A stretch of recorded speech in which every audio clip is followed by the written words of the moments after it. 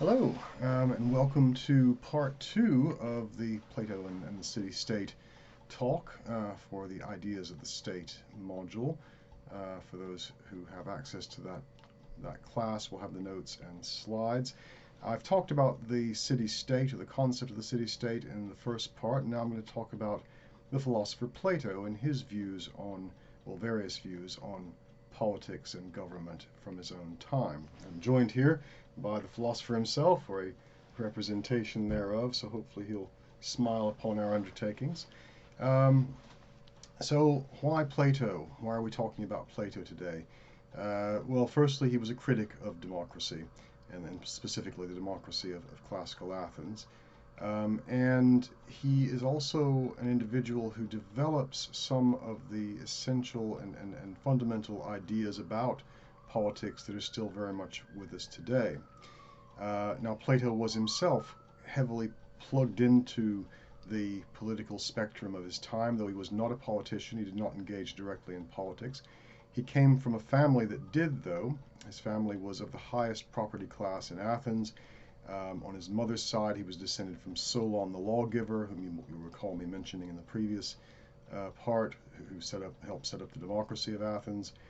On his father's side, he was descended from the kings of Athens of old. So politics was literally in his blood. Um, he he himself did not, as I say, go into politics, but his family did. His father was an ambassador to Persia, to the Persian Empire, and all of his brothers and his uncles were directly involved in the various regimes of the time, some somewhat more notable or ignominious than others. But as I say, he was very much plugged into the political system of the time. So, and he was extremely educated and extremely intelligent man who had some very valid views about politics. Most people will be familiar with Plato's Republic. He's written a number of other works on political things as well, including one called The Statesman and another called The Laws, and other dialogues of his do deal with political matters. It is worth pointing out, though, that despite the fact that the Republic does deal with political matters, it is not specifically about politics. The Republic is a philosophical exercise, a kind of thought experiment, really, in how to define justice. Right? How do you define justice? Well, Plato, or rather the characters in it, and you have to remember this is a fictional dramatic dialogue. It's not Plato saying this is what I believe. This is Plato writing down his thoughts and letting you determine what to believe, or trying to lead you perhaps towards something, but we can't say specifically what he believed, only what he consistently said. At any rate, in the dramatic dialogue, the characters are discussing what is justice. Well, one definition of justice is that justice is what the just man does.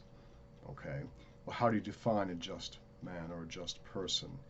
And it comes down to, in the Republic, a definition of the psyche, and the Greek word psyche means something like soul, but also mind. And the psyche is divided into three parts, according to Plato: that which is reasonable, that which loves honor and victory, we might call it the competitive part, and that which is ruled, that which is desire, that which is the appetites. And a person can be ruled by, or their psyche can be ruled by any of those three parts. And the best psyche is ruled by reason. So reason controls the honor-loving part and the appetites, and that's what defines a just person. But Plato is elaborating on this, reasoning by analogy, saying that a state is like a person. In other words, that a person's mind or psyche is analogous to a state, because the state has a government, it has the body politic, and it has the workers and the people who defend it, and so on and so forth. And the mind operates in a similar manner. You may agree or disagree that a person's mind should be compared to a state, but Plato probably wasn't the first to do it, and he certainly hasn't been the last. So I think there are some valid parallels that can be drawn. And in the course of this discussion, the characters in the dialogue, Plato's complete works here, discuss the different types of states that exist and what the ideal state might be like. And I'll come back to that in just a moment. But it's worth remembering that he's not saying this is how you should run a state necessarily, or that it's even possible to do it this way. He's describing an ideal or idealized, but also ideal state. And at the very end of the dialogue, the character of Socrates, who's a fictional character in the dialogue, says, maybe there's a pattern laid up for it in heaven, but it can't exist on earth. So he's talking about a utopia the word utopia means no place, meaning it's impossible, and he's well aware that the utopia in the laws is not possible. Sorry, in the Republic. But still he's using it as a way of reasoning by analogy to define his definition of justice, or bring it out and give it meaning. So he talks about different types of constitutions, and the Greek word politeia, that's actually the title, that's what we translate as republic, for this book that Plato wrote, although politeia could probably be better translated as constitution, not in the sense of a written document, but in the sense of how a government works, the theoretical construction of the state. That's what politeia more or less means. But anyway, he describes multiple kinds, referring to what he calls the best, which is the Kallipolis, and that, as it turns out, is a form of aristocracy. And literally, aristocracy means rule by the best. And of course, in any given society where you have aristocrats, they're always going to say they're the best and everyone else is beneath them. But in his definition of aristocracy, they truly are the best people, the ones who are the most just, the ones who are the best educated, the best skilled at running the state, and they're in charge in the ideal state. Below that, the next level the inferior constitutions is what he calls timocracy. The Greek word time means honor, so timocracy is that which is ruled by honor. So a very competitive state, a state that likes to outdo everyone else, and Sparta is the example of this, although Sparta is also an oligarchy with a monarchy and so forth. But he classes Sparta as a timocracy, where honor governs. And honor, it's virtuous, it's a good thing, but they pay too much attention to it in Sparta, so it's not quite ideal. It just misses the ideal of aristocracy as Plato's defining it. Below that is oligarchy, which is ruled by the few and by the rich in particular. And I put a quote up on the slides, or on the notes, oops, there we go. I'll find it here somewhere and read it out. There we go. The ruin, yeah, the ruin of oligarchy is the ruin of democracy, the same disease magnified and intensified by liberty overmasters democracy. The truth being that the excessive increase of anything, and he's talking about wealth here specifically, often causes a reaction in the opposite direction. And this is the case not only in the seasons and in vegetable and animal life, but above all in forms of government. So excess liberty leads to excess slavery. And tyranny arises out of democracy, he says. The most aggravated form of tyranny and slavery out of the most extreme form of liberty. So he's describing a kind of procedure by which a state declines, goes into some sort of decline. He's even worked out a mathematical formula. It's called the nuptial number. That's in the Republic as well, that takes any state in whatever form on that scale and describes how long it will be likely before it deteriorates into the next form. So again, these different forms of government correspond with the way Plato is describing the soul is working. In an ideal state, you have the aristocrats, as he's defined them, ruling. That represents reason's rule in the psyche.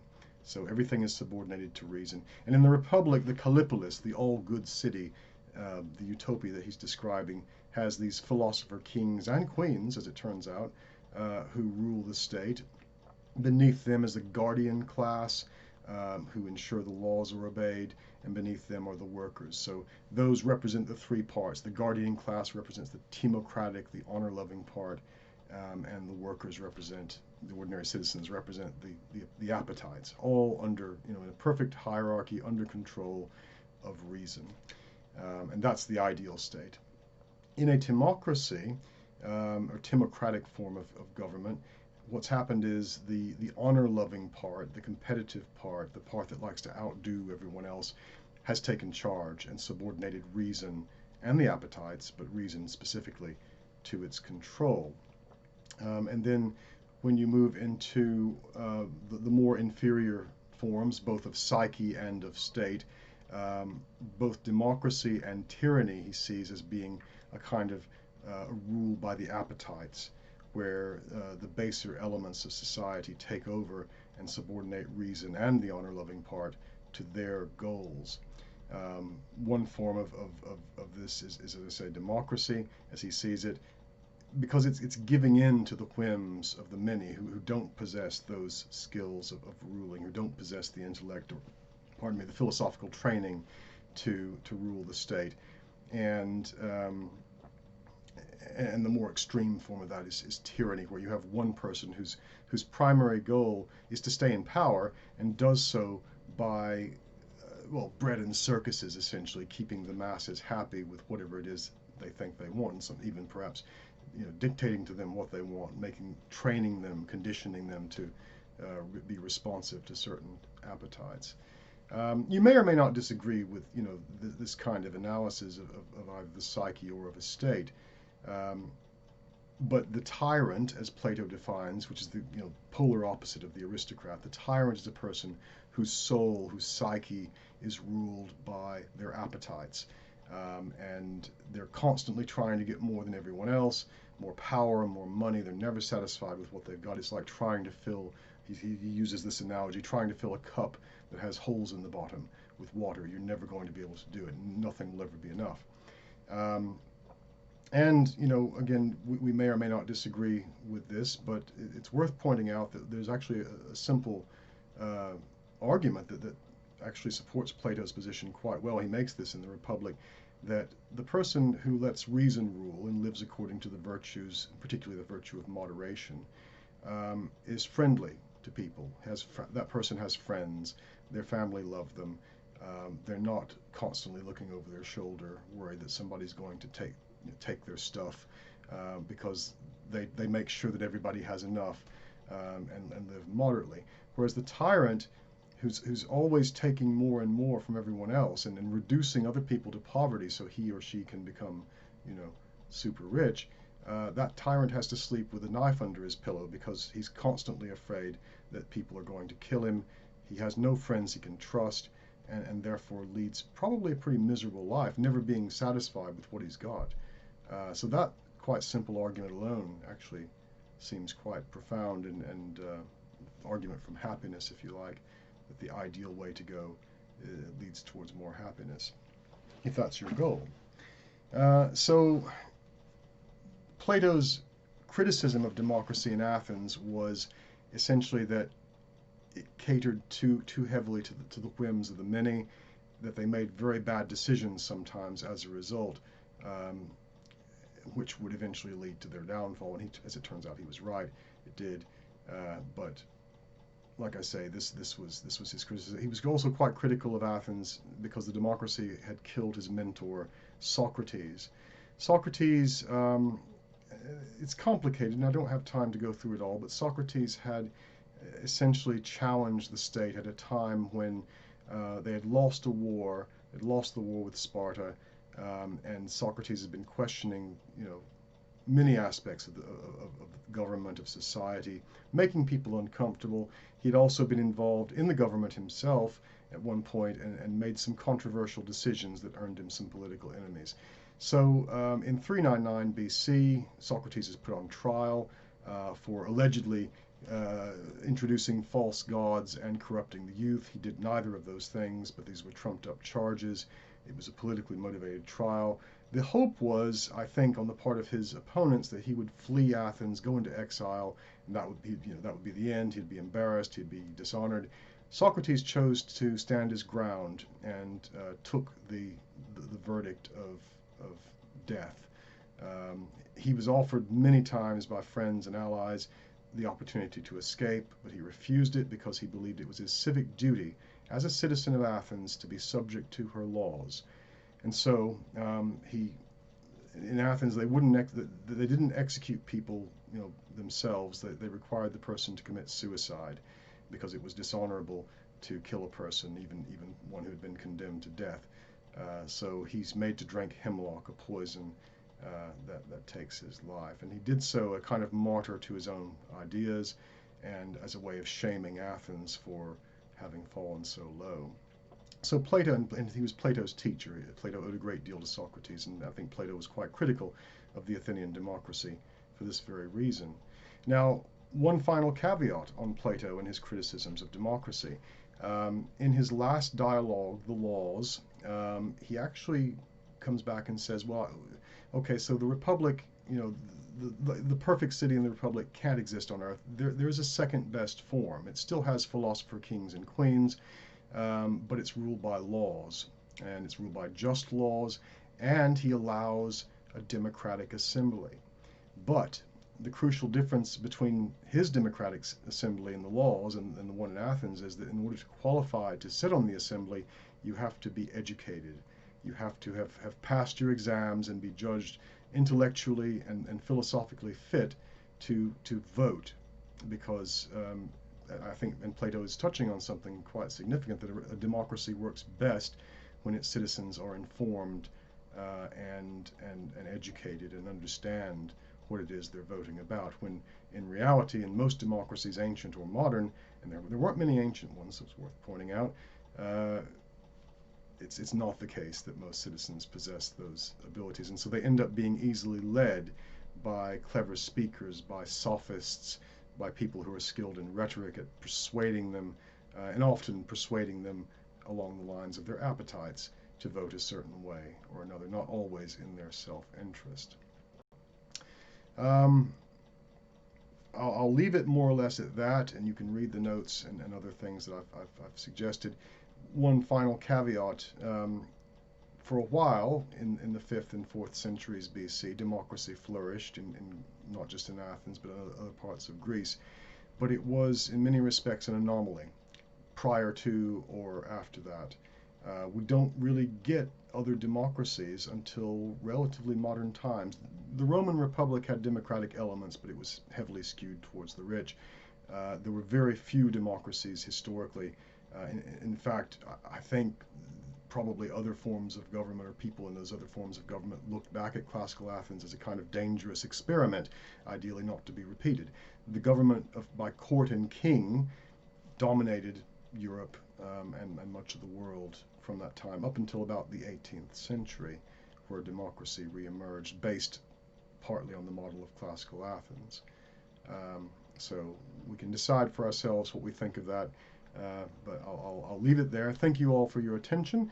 I urge you to subscribe and like and hit the bell. No, don't do any of those things. I don't care. Comment if you want to. I might respond to the comments. But thank you very much.